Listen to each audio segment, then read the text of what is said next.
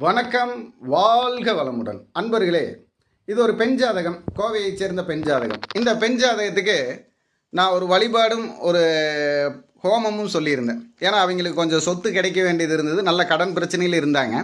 இந்த நேரத்தில் அவங்களுக்கு அந்த சொத்து கிடைக்கிறதுக்காக சந்திரனை வைத்து அவருக்கு ஒரு ஹோமம் சொன்னேன். ஏன்னா லக்னத்துக்கு 2ஆம் இடம் தனம் வாக்கு குடும்பம். அந்த தனம் கிடைக்கக்கூடியதுக்கு சனி பகவான் தான் கொடுக்கணும். அந்த சனி பகவான் மாந்தியோடு இருக்கிறார். அப்போது இந்த சனி பகவான் மாந்தியோடு இருக்கிறதுனால பார்த்தீங்கன்னா அவருடைய ஸ்பெஷல் பார்வையாக 3ஆம் பார்வையும் 10ஆம் பார்வையும் சந்திரனையும் சூரியனையுமே பார்க்குறார். அப்போ இந்த சந்திரன் சூரியனை 3ஆம் பார்வையும் 10ஆம் பார்வையும் பார்க்க, சந்திரன் சூரியன் சனியுடைய பார்வையில் இருக்கிறனால அதை அமாவாசைன்னு எடுக்கிறோம். அதே மாதிரி சந்திரனுக்கு சூரியன் 8ல் இருக்கிறதுனால அஷ்டமி திதி எடுக்கிறோம். 8 அஷ்டம், அப்போ அஷ்டமி திதி எடுக்கிறோம். இந்த அஷ்டமி திதியில் 21 எள்ளும் 21 கருப்பு எள்ளும் 21 கடுகும் கட்டி தேங்காய் 2ஆக உடச்சிட்டு அந்த தண்ணி இது பண்ணிவிட்டு தேங்காயில் நெய் ஊற்றி பைரவருக்கு தேய்விரை அஷ்டமி அன்னைக்கு தீபம் போட சொன்னான். இந்த மாதிரி ஒரு 3 மாதம் தீபம் போடுங்க, 12 வாரம் தீபம் போடுங்கன்னு சொன்னோம்.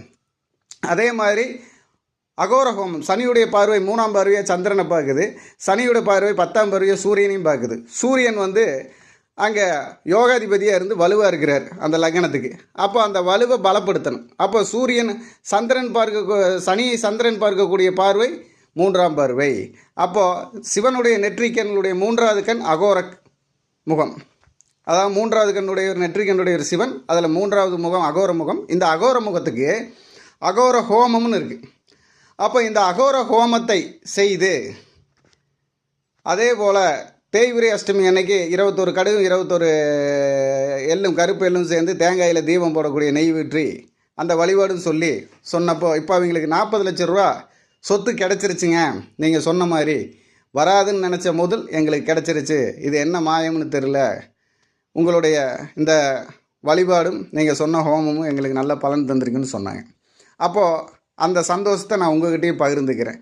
ஒவ்வொருத்தருக்கும் அவங்களுடைய ஒவ்வொரு கட்டங்களும் ஒவ்வொரு பாக்கியத்தை செய்யும், யோகத்தை செய்யும், செயல்பாட்டை செய்யும். அந்த செயல்பாடு உங்களுக்கும் கிடைக்கக்கூடிய வாய்ப்பு இருக்கலாம். யாருக்கும் கடனடையும், யாருக்கும் எல்லா சுகங்களும் கிடைக்கும். அது எந்த நேரத்தில் எப்படி செய்ய வேண்டும் என்பதே அந்த ஜாதகத்துடைய குணம். இந்த குணம் உங்களுக்கும் கிடைக்க இறைவனை பிரார்த்திக்கிறேன். வணக்கம், வாழ்க வளமுடன்.